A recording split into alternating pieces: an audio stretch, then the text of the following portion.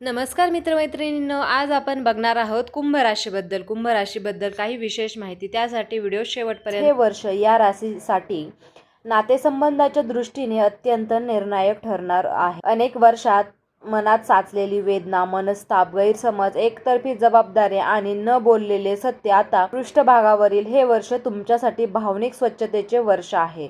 काही नाती जी फक्त सवयींमुळे, समाजाच्या भीतीमुळे किंवा कर्तृत्व म्हणून टिकत आहेत, तीच आता स्वतःहून तुटण्याच्या दिशेने जात. हे तुटणं अविनाश नसून पूर्वजन्माची प्रक्रिया असेल. ग्रहस्थिती पाहता शनी, राहू आणि केतू यांच्या सूक्ष्म परिणाम तुमच्या सप्तम, अष्टम आणि द्वादश भावावर टाकतील. हे भाव विवाह, गुपित, वेदना, कर्मबंधन आणि मुक्तीशी संबंधित आहेत.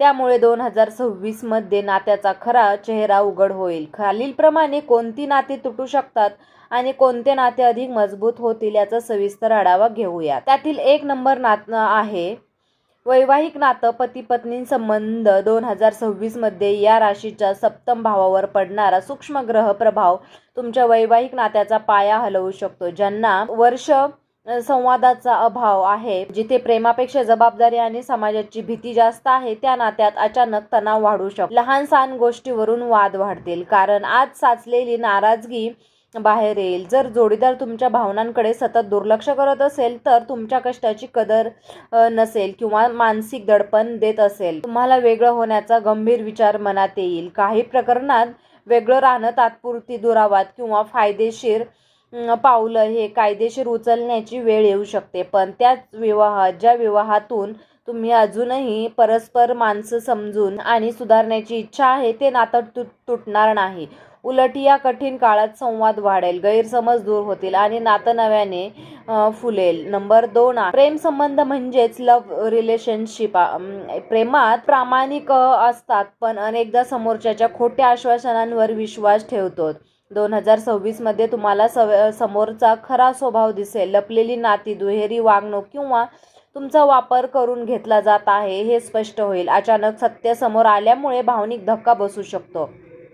काही जणांसाठी हा ब्रेकअप अत्यंत वेदनादायक असेल, पण पुढे जाऊन तेच तुमच्यासाठी आशीर्वाद ठरेल. जिथे नातं पारदर्शक विश्वासावर आधारित आणि भविष्याचा स्पष्ट विचार करून चाललं आहे, ते आता प्रेम अधिक दृढ होईल. या विवाहाची शक्यता निर्माण होईल.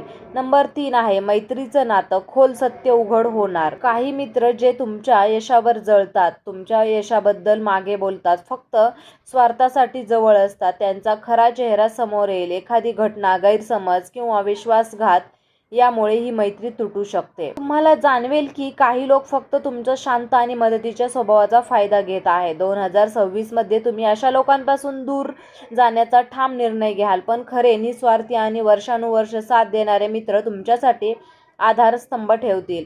संकटाच्या काळात तेच तुमच्या पाठीशी उभे राहतील. नंबर 4 आहे कौटुंबिक नातं.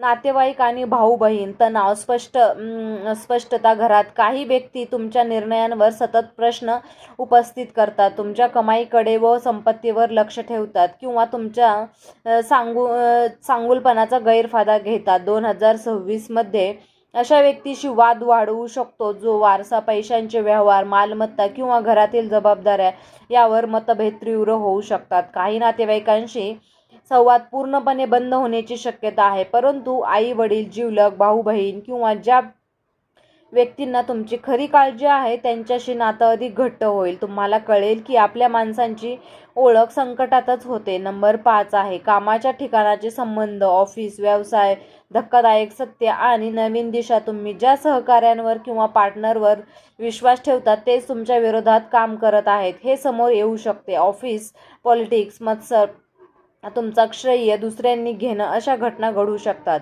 बॉस किंवा वरिष्ठांसोबत गंभीर मतभेद होऊ शकतात. तुम्हाला नोकरी सोडावीशी वाटू शकते किंवा व्यवसायातील पार्टनरशिप सोडण्याचा निर्णय घ्यावा लागू शकतो. हा निर्णय त्या क्षणी कठीण वाटेल, पण पुढे जाऊन तो तुमच्या करिअरसाठी अत्यंत लाभदायक ठरेल. नवीन संधी, नवीन लोक, अधिक सन्मान देणारं वातावरण तुमची वाट पाहत असेल. नंबर 6 आहे स्वतःशी असलेलं नातं. आत्मसन्मानाचा पुनर्जन्म. 2026 मध्ये या राशीला सर्वात मोठी जाणीव होणार आहे, ती म्हणजे आपण स्वतःला किती वर्ष दुर्लक्षित केलं. इतरांसाठी धावताना व त्यांच्या मनाचं भावना जपत असताना तुम्ही स्वतःच्या भावनांकडे पाठ फिरवली. यावर्षी मनात दडलेला राग, दुःख, अपमान आणि अपूर्ण इच्छा स्पष्टपणे जाणवतील. तुम्ही काही म्हणायला शिकाल, स्वतःची मर्यादा आखाल. जे तुमच्या मनोशांतीला धक्का देतात त्यांच्यापासून अंतर ठेवण्याचा ठाम निर्णय घ्याल. आत्मपरीक्षण, एकांत, लेखन, ध्यान, प्रार्थना याकडे ओढ वाढेल. ही प्रक्रिया वेदनादायक वाटेल, पण याच प्रक्रियेतून तुमचा आत्मसन्मान पुन्हा उभा राहील. तुम्ही स्वतःला प्राधान्य देऊ लागाल. नंबर 7 आहे, कोणते नाते नक्कीच तुटणार नाही. टिकून राहण्याची कारणे. ज्या नात्यांमध्ये परस्पर आधार आहे, जिथे चुका मान्य करण्याची तयारी आहे, जिथे संवाद प्रामाणिक आहे आणि जिथे दोघेही नात्यांसाठी प्रयत्न करतात, ती नाती यावर्षी अजून मजबूत होतील. अशा नात्यांमध्ये वाद होतील, मतभेद होतील, पण ते तात्पुरते असतील, कारण त्या नात्यांचा पाया विश्वास, समजुतीवर उभा आहे. तुम्हाला जाणवेल की लोक खरोखर तुमच्या आयुष्यात आशीर्वादासारखे आहेत.